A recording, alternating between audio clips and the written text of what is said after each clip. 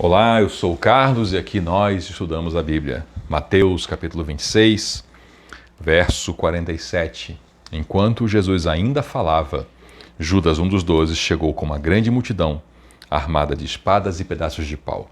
Jesus estava conversando com seus discípulos, aqueles que ficaram com ele, e ele anunciou: chegou a hora, agora eu serei traído. Levante-se e vamos, chegou meu traidor. Ele falava isso, chegou Judas, que tinha se ocultado, tinha saído da cena. Judas jantou com eles em Jerusalém. Quando eles foram para o Monte das Oliveiras, ele saiu com eles. Quando Jesus foi lá para aquele cantinho mais interior para orar, no Getsêmani, não se fala mais em Judas, e Judas volta à cena junto com um grupo armado. Então ele saiu, se retirou em oculto para trair Jesus, porque os sacerdotes que queriam Jesus preso e morto queriam fazer isso de forma oculta, em segredo, para que a multidão não se revoltasse. E eles buscavam uma ocasião. E Judas recebeu dinheiro para entregar a eles Jesus numa ocasião dessas. E essa era a ocasião perfeita. Jesus saiu de Jerusalém, não estava em Betânia, que era uma vila, estava lá num monte, um monte cheio de uma plantação de olivas, um lugar adequado para um sequestro. Isso aqui foi praticamente isso, um sequestro. E eles vieram então com espadas e pedaços de pau e foram enviados por quem? Pelos principais sacerdotes e pelos chefes do povo. E esse traidor, Judas, tinha combinado um sinal. Ele falou: vocês vão saber quem é ele, porque lembrem, era escuro, nem todo mundo sabia quem era Jesus, nem todo mundo tinha visto ele. As pessoas podiam ficar muito parecidas no escuro.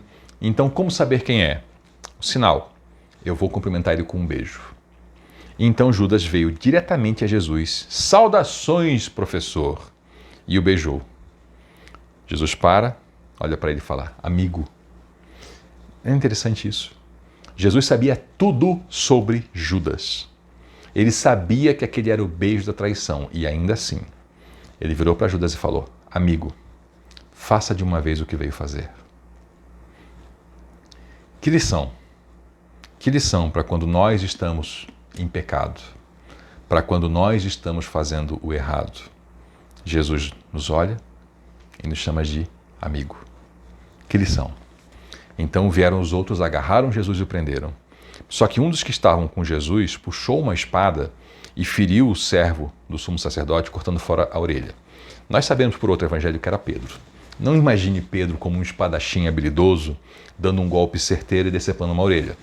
Provavelmente, Pedro tentou foi arrancar a cabeça do rapaz. Só que Pedro era um pescador, não era um espadachim. E esses homens usavam uma espécie de um capacete de couro para proteger a cabeça, provavelmente resvalou aquela espada e acabou cortando fora a orelha desse homem.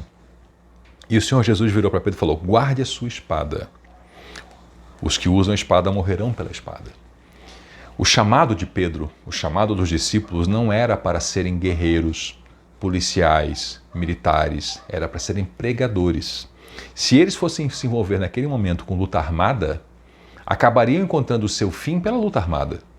E não era esse o fim proposto para eles. O fim proposto para eles era morrer testemunhando de Jesus. A palavra testemunho, no idioma antigo, é mártir. Mártir é isso, é a pessoa que morre testemunhando. Ela morre em testemunho. O chamado deles não era o chamado de guerreiro. Esse chamado de guerreiro foi dado para muitas pessoas, especialmente lá no Antigo Testamento. O chamado deles aqui era o chamado de ministros do Evangelho, pregadores. E o Senhor Jesus até dá um pouco mais de informação. Você não percebe que se eu quisesse eu podia chamar agora, pedir para o meu pai e ele mandaria 12 legiões de anjos? Sabe o que é uma legião? Uma legião é uma tropa romana. Ela tinha entre 3 e 6 mil homens. Então, pega uma legião de 3 mil homens, multiplique por 12, imagine a quantidade de anjos. Será que dava conta daquela multidão ali, daquele grupo que chegou para prender Jesus? Dava. Então você está falando: Pedro, você não entendeu, Pedro, não vim aqui para lutar. Se fosse para lutar, eu já venci agora, com o exército que meu pai ia mandar. Isso ainda vai acontecer na volta de Jesus. Naquele momento, o plano era outro. Então, em seguida, Jesus falou à multidão, aquele grupo que veio prender ele: por acaso eu sou um revolucionário, um perigoso, para que vocês venham me prender com espada, pedaço de pau? Por acaso eu não estava lá no templo, eu não passei o dia lá por que vocês não me prenderam lá no templo? Lá eu passei o dia na frente de vocês. Jesus passou o dia vendo aqueles rostos lá. Por que eles não pegaram ele lá? Porque o plano era prendê-lo em segredo. Mas tudo isso aconteceu para que se cumpram as palavras registradas nas Escrituras. Então, nesse momento, todos os discípulos abandonaram Jesus e fugiram, conforme ele tinha anunciado que ia acontecer. Então, eles deixaram de prender Jesus lá no templo, porque o plano era ardiloso mesmo, era um plano de traição, era prender às escondidas. Então, o pessoal que prendeu Jesus levaram ele lá para a casa do Caifás, que era o sumo sacerdote, o chefe dos sacerdotes, onde estavam já reunidos os mestres da lei e os líderes do povo. Enquanto isso, Pedro seguia Jesus. Lembra que todos fugiram? Fugiram, mas Pedro deu a volta e foi seguindo Jesus, de longe, até entrar no pátio do sumo sacerdote. Pedro foi até ousado. Nós lemos em outro evangelho que ele teve uma ajuda para isso.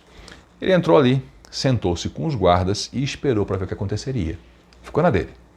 O pátio do sumo sacerdote, imagina assim, uma casa muito luxuosa, de muita riqueza. Esse momento acontece numa residência que era anexa ao templo. Então o pátio do sumo sacerdote, ele se confundia com parte do pátio do templo.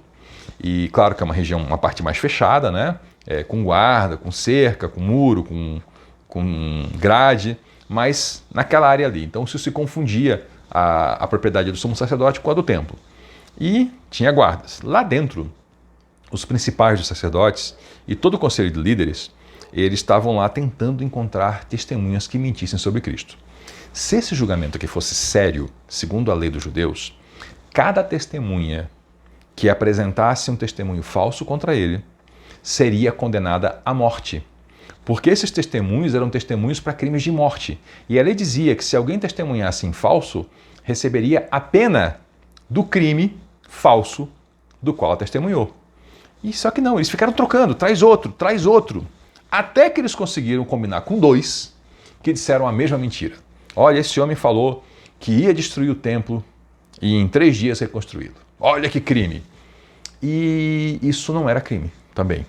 Isso era no máximo uma insanidade. Se alguém falasse isso, talvez o prendessem por ser uma pessoa perigosa para si mesmo, alguém maluco, né? Dizendo assim, como é que um homem sozinho vai destruir um templo e construí-lo em 3 dias? Jesus nunca falou isso. Eles, na verdade, pegaram um outro trecho de uma fala dele sobre a reconstrução do templo do corpo dele em 3 dias, onde ele tinha desafiado eles, destruam este templo, que era o corpo dele, vocês destruam, e ele voltará em 3 dias, eu reconstruo em 3 dias. Mudaram tudo isso aqui para tentar dizer que ele estava blasfemando contra aquele templo de pedras, coisa que ele nunca fez. E se ele tivesse feito essa fala, também não seria um crime punível com a morte. Então, o sumo sacerdote se levantou, opa, arrumamos 2 que falam a mesma mentira. E aí, você não vai se defender? Só que ele ficou calado. Não se defendeu. Isso é interessante. Quando você sabe que tudo está armado, quando você sabe que a acusação é injusta e quem te acusa sabe que é injusto e está te acusando só de maldade, olha que exemplo de Jesus Cristo. E aí ele falou assim, exijo em nome do Deus vivo que você nos diga se você é o Cristo, o Messias, o escolhido, o Filho de Deus. E aí o Senhor respondeu, tu dizes. É como você diz. É isso aí. E ele falou mais, eu digo mais. No futuro, vocês verão o Filho do Homem, que era ele mesmo, sentado à direita do Deus Pai, do Todo-Poderoso, e vindo sobre as nuvens do céu. Lembram que sentado à direita significa a posição de maior honra é a direita. Então ele disse, vocês verão o Filho do Homem sentado à direita do Todo-Poderoso, vindo sobre as nuvens do céu. Nesse momento, o sumo sacerdote infringiu a lei, porque ele rasgou as suas roupas e gritou blasfêmia. O rasgar as roupas era um gesto de desespero, de luto, de protesto, que era proibido ao sumo sacerdote. Então, quando ele fez isso e gritou blasfêmia, ele infringiu a lei. Ele falou, que necessidade temos de outras testemunhas? E aí considerou que Jesus era réu de morte. E perguntou aos outros, qual é o veredito? Culpado, eles responderam, ele merece morrer. Então começaram a cuspir no rosto de Jesus e dar-lhe socos. Esse arremedo de julgamento, essa farsa, essa fraude, ela aconteceu na escuridão, ela aconteceu após um sequestro, para que as pessoas não tivessem acesso e para que Jesus não tivesse defesa.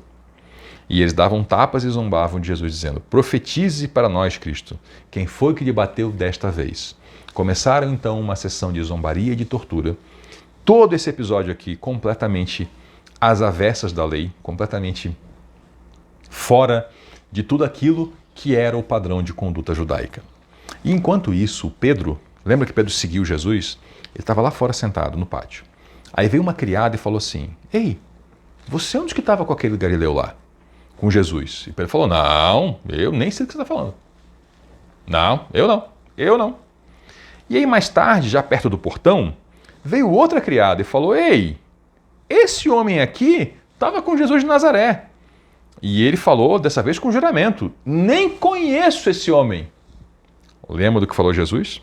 Nem conheço esse homem. Cuidado, eu e você, quando nós formos confrontados por sermos seguidores de Cristo, se não vamos cair nesse erro. Muito cuidado.